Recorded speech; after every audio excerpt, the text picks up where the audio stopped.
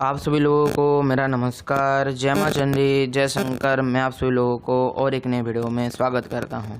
आज के वीडियो में मैं आप सभी लोगों को हमारे एक बड़े भ्राता द्वारा किया गया 1 दिवसीय तामसिक बगलामुखी साधना का अनुभव बताने जा रहा हूं। ये अनुभव सुनने के बाद आप सभी लोगों को बहुत कुछ पता चल जाएगा।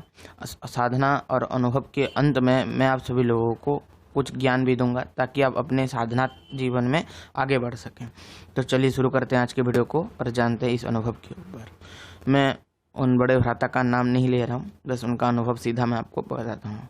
उनके घर में कुछ प्रॉब्लम हो गया था, ये शत्रुओं का बाधा बढ़ गया था। जो शत्रु थे वो साबर मंत्रों के माध्यम से इनके ऊपर बहुत सारे क्रिया करने लग गए थे, बहुत सारे छोटे मोटे तंत्र प्रयोग करने लग गए थे। तभी इनको ये बगलामुखी साधना करना पड़ा।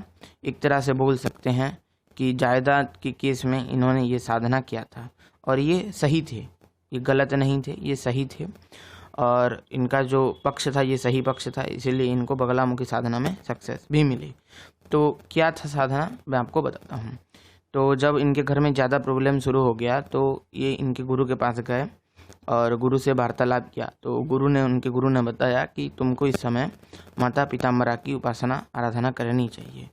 तो इन्होंने बताया कि गुरुदेव कोई ऐसा उपाय बता दीजिए जो कम दिनों का हो और माता पिताम्बरा को प्रसन्न किया जाए और माता जल्दी प्रसन्न होकर हमको वरदान स्वरूप में हमारा मनोकामना सिद्ध कर दें। तो उनके गुरु ने उनको एक वामाचार की विधि बताई। तो उन वामाचार का विधि का साधना उन्होंने बताया, मंत्र आदि उनको प्रदान किए, साधना विधि बताई और बोला कि ये साधना देख के करना, बिना इस साधना में बहुत रिस्क होता है, साधना अगर गड़बड़ हुआ तो तुम्हारे जान पे भी बात आ सकता है। तो उन्होंने आज्ञा लेके अपने गुरु से चले गए। पहले बता दूं मैं आप सभी लोगों को, जो हमारे बड़े भ्राता थे वो कौल कुल से यानी कि वाम कौल से दीक्षित हैं, तो उनको शमशान दीक्षा आदि प्राप्त है, इसीलिए वो शमशान में साधना करते हैं। तो उन्होंने फिर दीक्षा उनके अपने गुरु से उस मंत्र का मतलब उपदेश प्राप्त किया, विधि विधान प्राप्त किया और सब कुछ प्राप्त करके वो आगे बढ़ गए। शुक्ल पक्ष की मंगलवार पड़ा था, यानी कि मंगलवार था उस दिन, और उस दिन अष्टमी का दिन था। तो उस दिन वो रात में निकले शमशान की ओर। तो शमशान में एंट्री करने से पहले भगवती शमशान कालिका का पूजन किया उन्होंने। अंदर जाने के बाद भगवती का चिंतन, भैरव स्मरण, 12 भैरव को बलि प्रदान करना, 12 भैरव का पूजा, क्षेत्र भैरव का पूजा, शमशान काली पूजा और श्मशान अधिपति का पूजा। उसके बाद उन्होंने यंत्र निर्माण किया, अनिरुद्ध सरस्वती का जाप किया। उसके बाद शमशान चैतन्य चिता पूजा आदि किया। तो उन्होंने एक यंत्र बनाना था, एक मतलब बोला जाए एक प्लेट था। वो प्लेट मैं इधर नहीं बता रहा हूँ किस धातु का था, बस जान लीजिए एक प्लेट था। उस प्लेट के ऊपर उन्होंने शमशान की मिट्टी, शमशान का राख और कुछ द्रव्य थे, हरिद्रा, अष्टगंध आदि को कुछ मिला के एक यंत्र निर्माण करना था और उसको प्राण प्रतिष्ठित करके उसके आगे 5000 जाप करना था। 5000 जाप के बाद उनको आहुति देना था, यानी कि हवन देना था। तो उन्होंने विधिपूर्वक ये शमशान चैतन्य, शमशान जागरण, शमशान अधिपति पूजा, अनिरुद्ध सरस्वती जाप, यंत्र निर्माण आदि संपन्न किया। यंत्र प्राण प्रतिष्ठा संपन्न करने के बाद उन्होंने पूजा शुरू किया। जब उन्होंने इतना करके दिग्बंधन आदि करते हुए शमशान में पूजा शुरू किया, तभी उनको किसी के रोने की आवाज़, कोई बुला रहा है उनको, इस तरह की आवाज़, पीछे से कोई खड़ा है इस तरह की आवाज़ उनको आने लगा। कुत्ते बिल्ली भौंकने लगे और उधर बहुत सारे सियार भी थे क्योंकि जंगल का एरिया था। क्या होता है कि शहर के शमशानों में ये सारे क्रिया करना बहुत दिक्कत की बात हो जाती है, क्योंकि लोग देख लेंगे तो बहुत प्रॉब्लम हो जाता है। इसलिए सर्वश्रेष्ठ उन्होंने एक जंगल का श्मशान चुना था। तो उन्होंने शमशान में जाके साधना किया था। तो उधर उन्होंने वो चिता भस्म आदि लेके उसमें सब कुछ मिला के उस यंत्र निर्माण और प्रतिष्ठा करने के बाद पूजन जब शुरू किया तो कुत्ते और बिल्ली आके मतलब गरजना शुरू हो गया, कुत्ते भौंकने लगी, बिल्लियाँ रोने लगीं। उसके बाद सियार भी, उधर कुछ थी तो सियार भी आ गए थे। बहुत सारे जानवर थे, पक्षी थे, वो उधर उधर चहल पहल शुरू हो गया था एक तरह से उस शमशान में। जब उन्होंने यंत्र प्रतिष्ठा और स्थापना कर दिया, स्थापना के बाद भगवती का उपचार पूजन आता है और बहुत सारे न्यास आदि क्रिया रहते हैं शमशान में। तो वो सब जब क्रिया करने लगे वो, तो अचानक से वो देखे कि कुछ लोग जमीन से उठ के आ रहे हैं, मतलब जमीन के नीचे से उठ रहे हैं और आ रहे हैं, और उनका आधा शरीर कंकाल से दिख रहा है और आधा शरीर मनुष्य का हड्डी चर्म मांस दिख रहा है, कुछ आधा शरीर में कंकाल ही है। तो इस तरह से कुछ लोग आ रहे हैं। तभी कुछ और लोग अगले तरफ से प्रकट हुए, और वो लोग भी दोनों जो एक तरह से बोलें, दो तरफ से लोग आ रहे थे और एक जगह पे जा रहे थे। तो इस तरह से उन्होंने देखा, इसका अनुभव था उनका। ओके, इसके बाद जब उनका यंत्रार्जन खत्म हुआ, यंत्रार्जन खत्म होने के बाद भगवती का पंचमकार का पूजा होता है। तो पंचमकार का पूजा उन्होंने संपन्न किया। मदिरा का माता को अर्पित किया, मांस, मदिरा, मछली आदि उन्होंने अर्पित करने के बाद ये साधना किया था। तो ये अकेले नहीं गए थे, इनके साथ और एक गुरु भाई थे, वो इनके साथ गए थे। तो उनको भी ये सारा अनुभूति हुए थे।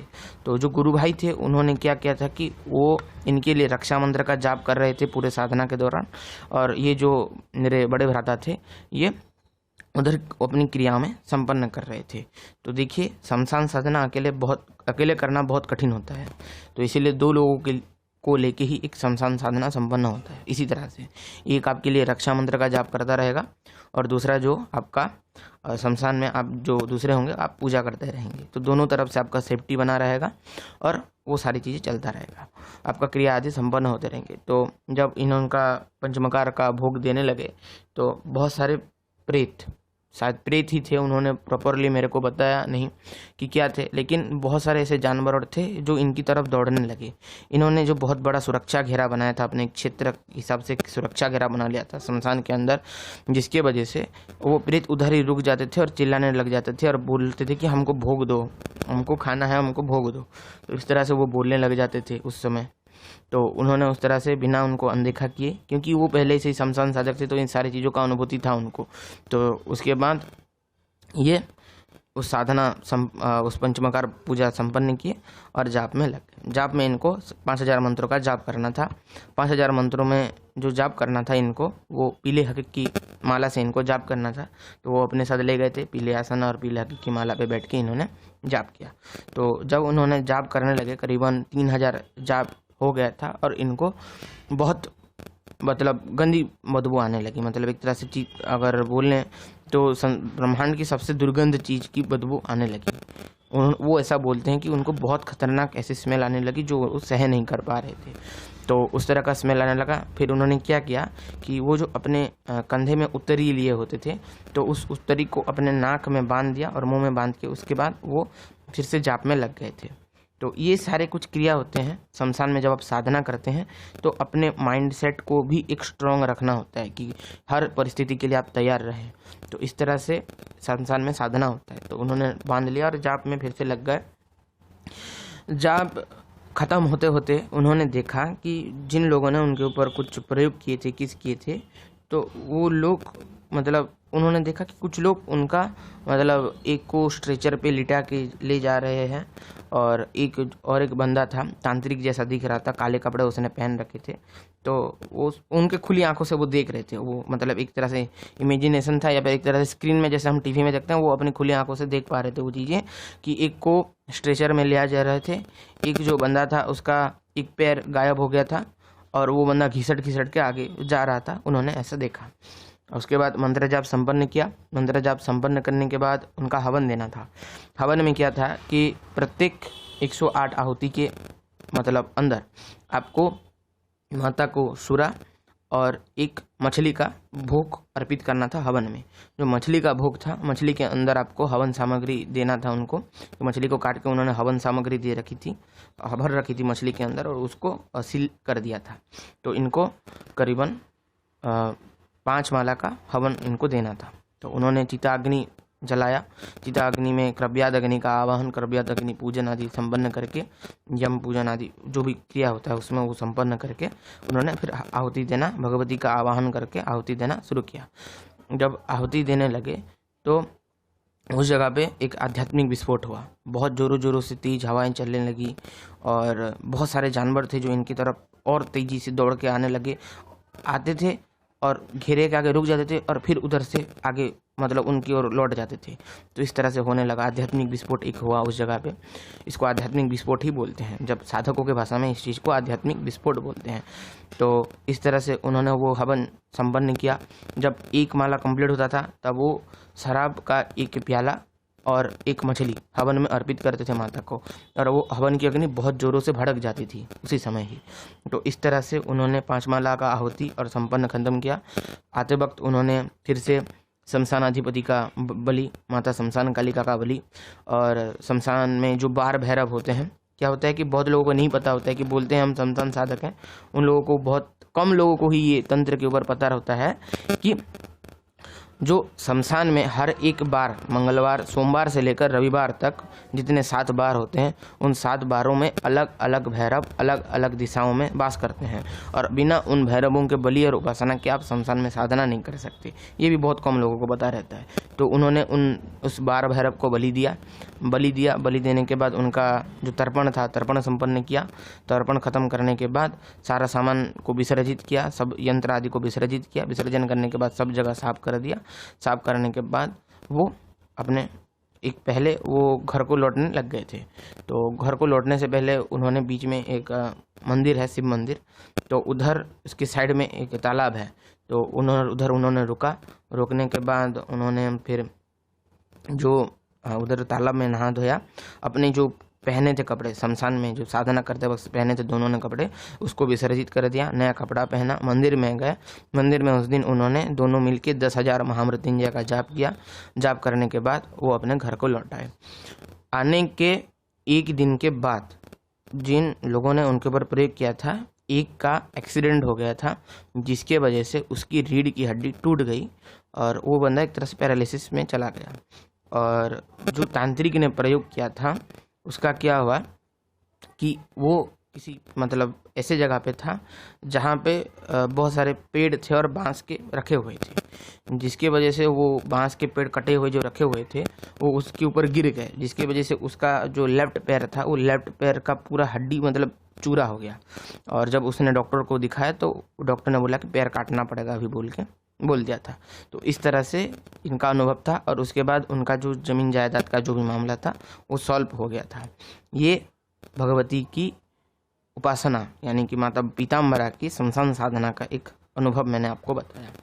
तो इसमें हमको क्या सीखने को मिला? पहली चीज, बिना दीक्षा बिना कुछ किए आपको कभी भी शमशान में उतरना नहीं है, पहली चीज। दूसरी चीज यह है कि जब भी आप कोई भी साधना करें, जो साधना कर रहे हैं वो हमेशा गुरु के वाक्य के निर्देश के अनुसार वो साधना संपन्न करें। तीसरी चीज यह है, बिना नियम कानून को जाने, बिना तंत्र को अच्छे से समझे, बिना गुरु सानिध्य में रहे कभी भी शमशान में जाके साधना हमको नहीं करनी चाहिए, नहीं तो साधक को बहुत पछताना पड़ सकता है। कभी भी शक्तियाँ उसको मारने के लिए हावी हो सकती हैं उसके ऊपर।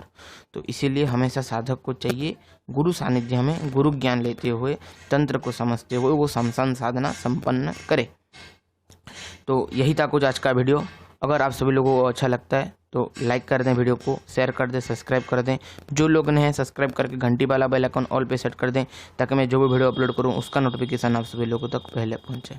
और एक बात मैं आप सभी लोगों को बताना चाहता हूं, आप सभी लोगों को डिस्क्रिप्शन में मेरे सेकंड चैनल का लिंक मिल जाएगा, जहां पे मैं अप्सरा, यक्षिणी, गंधर्व, किन्नर, ज्योतिषी आदि के ऊपर थोड़ा वीडियो डालता रहता हूं। तो जाके जरूर आप सभी लोग वो चैनल को भी चेकआउट कीजिएगा।